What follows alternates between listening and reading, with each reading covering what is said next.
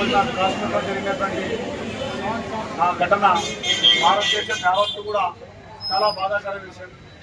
అలాగే తీవ్రంగా ఖండిస్తున్నామని చెప్పి భారతదేశంలో ప్రతి ఒక్కరు కూడా గత 2 రోజులుగా యువకులు ప్రతి ఒక్క భారతీయుడు కూడా చాలా మనస్వానికి గురవుతున్నారు. ఎప్పుడెప్పుడు పాకిస్తాన్ పైన సర్జికల్ స్ట్రైక్ జరుగుతుందా, ఏ విధంగా దాడి జరుగుతుందా అని ప్రతి ఒక్క భారతీయుడు ప్రతి ఒక్క హిందూ కూడా ఎదురు చూసే పరిస్థితిలో ఈరోజు ఉన్నాం. గత 2-3 రోజుల నుంచి కూడా ఏ భారతీయుడు కూడా మనస్ఫూర్తిగా నిద్రపోలేని పరిస్థితి, కంటి నిండా తిండి తినలేని పరిస్థితి. ఎందుకంటే ఈరోజు మన ఆత్మగౌరవం పైన కొట్టినటువంటి సంఘటన ఇది కొట్టారు కాబట్టి ప్రతి ఒక్క భారతీయుడు ఇప్పటి నుంచైనా తెలుసుకోవాల్సిన అవసరము బాధ్యత ఎంతైనా ఉంది.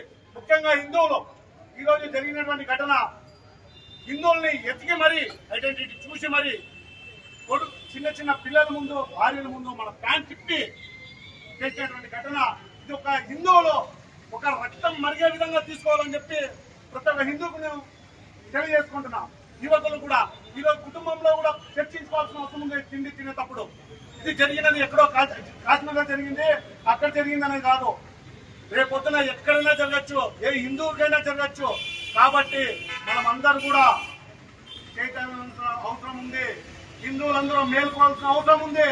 కాబట్టి ప్రతి ఒక్క హిందువులు కూడా సాయంత్రం ప్రతి ఒక్క దగ్గర కూడా ఈ దేశంలో నలుమూలలో ఎక్కడ చేసినా ముఖ్యంగా మరి ఆదోళనలో కూడా యువకులు అందరూ కూడా బయటకు రావాల్సి ఉంది. ఈరోజు సినిమాలకి ఏ విధంగా అయితే కూడా ముందుకెళ్తారో, ఏదైతే టూర్ అంటే పోతారో, క్రికెట్ అంటే పోతారో, ఈరోజు మన మీద జరిగిన దాడిని ప్రతి ఒక్క హిందూ యువకులు బయటికి రావాలి. తిలకం దిద్దుకుంటూ నా హిందువుకు జరిగింది అని బయటకు వచ్చి కుటుంబంతో కూడా రావాల్సిన అవసరం ఉంది. పిల్లలను కూడా రావాల్సిన అవసరం ఉంది. ఇక్కడ ఉన్నటువంటి వాళ్ళకు కూడా నేను తెలియజేస్తున్నా, సాయంత్రం ర్యాలీకి పిల్ల తల్లితో సహా కుటుంబంతో సహా మనము విశ్వ హిందూ పరిషత్లో జరుగుతున్నటువంటి ఈ నిరసన కార్యక్రమానికి మనమందరూ పెద్ద ఎత్తున పాల్గొని హిందువులంటే ఏ విధంగా ఐక్యమతం ఉంటారని చెప్పి భవిష్యత్తులో ప్రతి ఒక్కరు కూడా ఏ ర్యాలీలు తలపెట్టినా, ఏ ఉద్యమాన్ని తలపెట్టినా కూడా ప్రతి ఒక్కరు కూడా చైతన్యంలో ఏం జరుగుతోంది అని తెలుసుకొని దయచేసి ఎవరు కూడా హిందూ కార్యక్రమాలకి హిందూ యువకులు దూరంగా ఉండద్దండి. ఖచ్చితంగా విశ్వ హిందూ పరిషత్లో ఏం జరుగుతోంది అని ప్రతి ఒక్కరు కూడా ప్రతి ఒక్క ఏరియాలో కూడా హిందుత్వం అంటే విశ్వ హిందూ పరిషత్ మొదటిగా ఉంటుంది. దానికి మనం అండగా ఉండాల్సిన బాధ్యత ఎంతైనా ఉంది.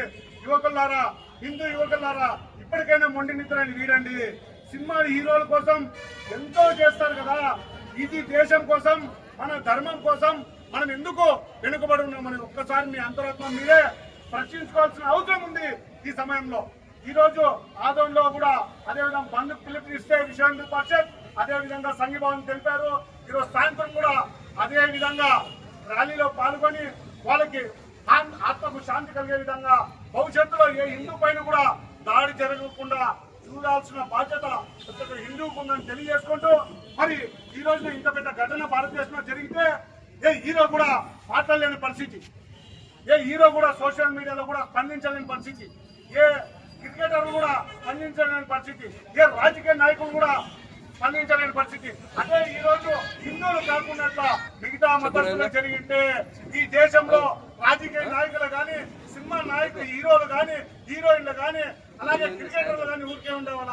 ఎక్కడో దేశంలో జరిగితే ఐ స్టాండ్, ఐ సపోర్ట్ అని పెడతారు కదా, మరి ఈ దేశంలో జరిగితే ఈ క్రికెటర్లు వీళ్ళందరూ కూడా హీరోలు, హీరోయిన్లు ఏం చేస్తున్నారని చెప్పి హిందూ యువకులు కూడా మనం ఎవరిని అభిమానిస్తున్నాం, ఎవరి సూచిస్తున్నాం, ఎవరిని అనుసరిస్తున్నాం అని చెప్పి హిందూ యువకులు తెలియజేస్తున్నాం. ఈరోజు అనుసరించాల్సింది, ఆచరించాల్సింది, స్ఫూర్తిగా తీసుకోవాల్సింది ఈ దేశం కోసం ప్రాణ త్యాగాలు చేసినటువంటి భగత్ సింగ్ లాంటి వాళ్ళని, ఛత్రపతి శివాజీ లాంటి వాళ్ళని, అల్లూరి సీతారామరాజు వాళ్ళని, వాటి వల్ల మనం స్ఫూర్తిగా తీసుకోవాలి. కానీ ఇలాంటి చెత్త వాళ్ళు రీల్స్ లో తప్ప రియల్ లో పని మారిన వాళ్ళని కాదని చెప్పి హిందూ యువకులు తెలియజేస్తున్నా.